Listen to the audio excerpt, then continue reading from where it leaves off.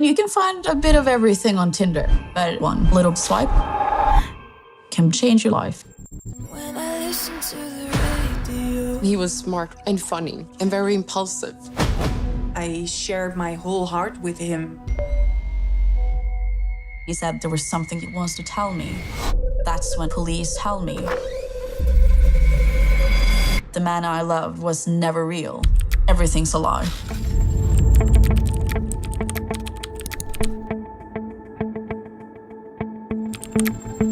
As redes sociais e as apps de relacionamentos são um meio propício para esquemas fraudulentos.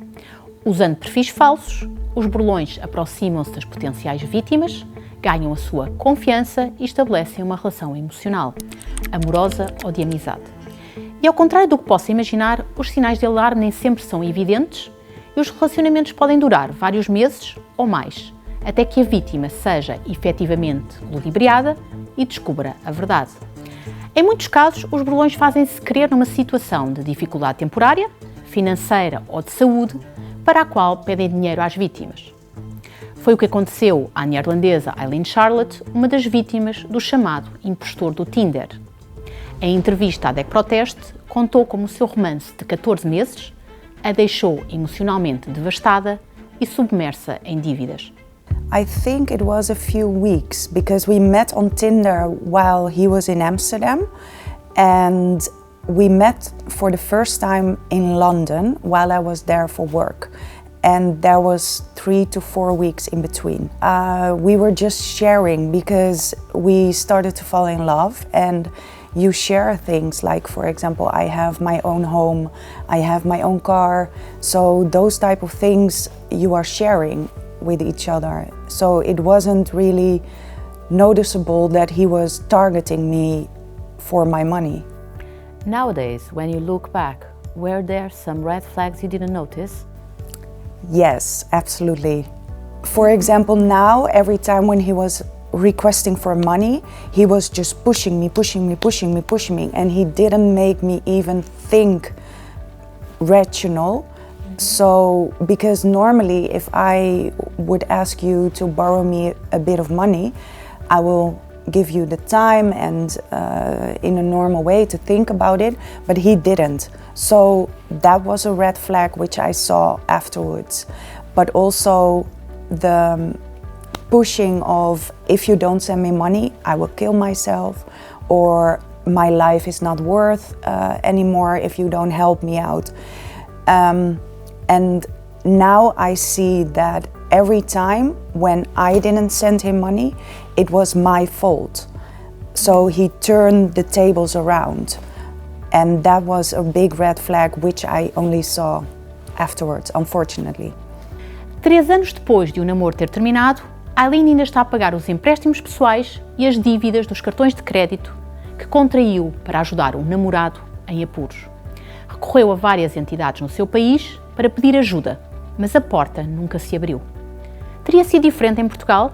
I called up every single organization in the Netherlands who I thought could help me, but unfortunately I have my own home, which has a worth, and I had a reasonable job, so in that case nobody is helping you, so you're falling in between, even if you are in big debt. Do you feel authorities failed you? Yes, because if you have a okay job and you're a homeowner and something like this is happening to you, you're everywhere in between and nobody is able to help you.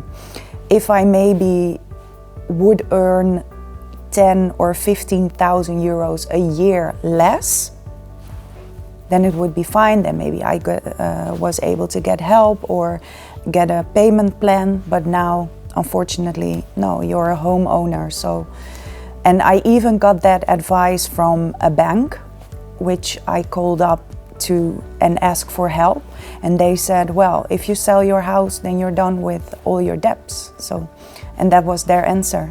Além das consequências financeiras, as vítimas têm de lidar com a vergonha, a dor do engano e fazer o luto de um relacionamento que afinal não existia. As sequelas emocionais podem ser ainda mais difíceis de ultrapassar, como relatou Ayleen. Well, I lost my job when I just found out that I got defrauded.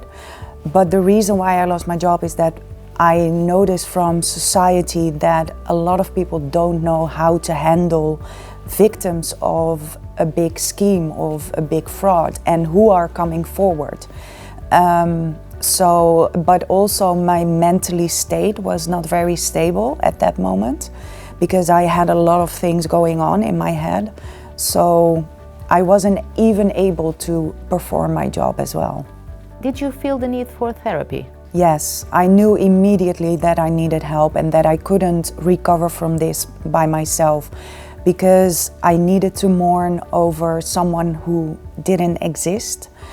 The past 1.5 years was a completely lie. I was really in big debt.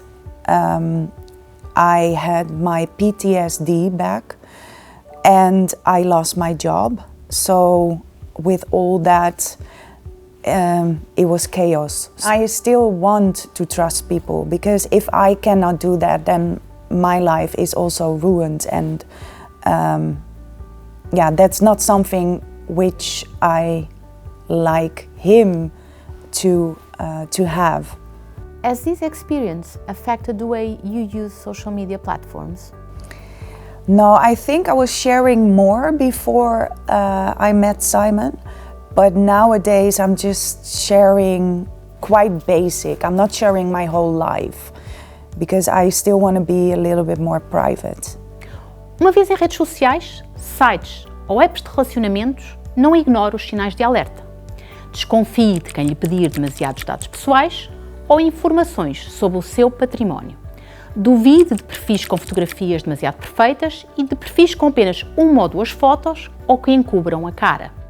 It's not really accepted. There is such a big taboo, there is such a big shame, and I think if society also shows you that it's okay to be a victim, then maybe more people will stand up. And that's what I'm hoping, because now I know the numbers are terrible. Only 7% of all victims of fraud worldwide yearly file a police report because it's still not taken seriously as a criminal case.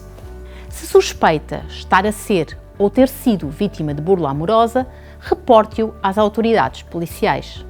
Se a história envolver manipulação informática de contas ou roubo de identidade online, pode apresentar queixa diretamente à Polícia Judiciária, que tem um departamento de combate ao cibercrime. As burlas também podem ser denunciadas online, através do sistema queixa eletrónica. E se tiver facultado dados bancários, contacte o banco onde a conta está domiciliada. O seu banco pode cancelar os acessos e bloquear a conta, evitando danos futuros.